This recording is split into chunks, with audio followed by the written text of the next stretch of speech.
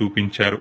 ఆ తర్వాత ఈవీవి గారు ఎవడిగోల వాడిదే సినిమాలో బండారెడ్డి పాత్ర ఇచ్చి కామెడీ చేయించారు. ఈ సినిమా సూపర్ హిట్ అయింది. తన పాత్ర కూడా సూపర్ హిట్ అయింది.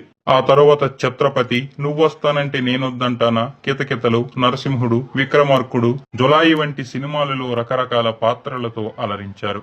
అయితే నీ స్నేహం సినిమాతో మొదట్లో తనకి మంచి ప్రాధాన్యం ఇచ్చిన శ్రీను వైట్ల తర్వాత ఆనందం, సొంతం సినిమాల్లో వన్డే, 2 డే క్యారెక్టర్స్ ఇవ్వడంతో అందరవాడు సినిమాలో కూడా అలాంటి పాత్రే ఆఫర్ చేశాడు. అయితే 1-2 రోజులుండే పాత్ర చేయలేనని చెప్పేసి ఆ సినిమాని తిరస్కరించాడు.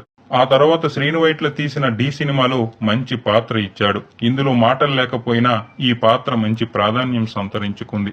ఈ సినిమాలో కూడా జయప్రకాష్ రెడ్డి మంచి హాస్యాన్ని పండించారు. అలాగే రెడీ సినిమాలో చిట్టినాయుడిగా, నమో వెంకటేష్లో, బిందాసులో, ఓసరవెల్లిలో, సీమ టపాకాయ్, బాద్షా, మసాలా,